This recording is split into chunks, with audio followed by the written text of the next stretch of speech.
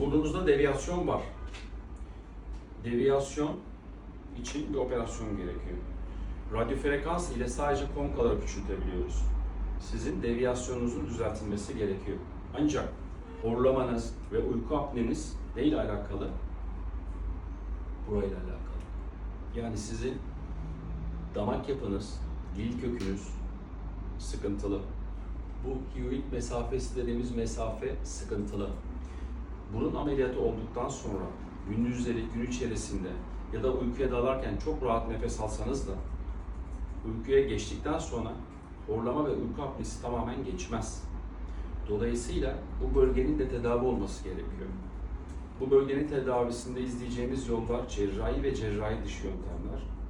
Uyku testi sonucuna göre buna karar vermek lazım.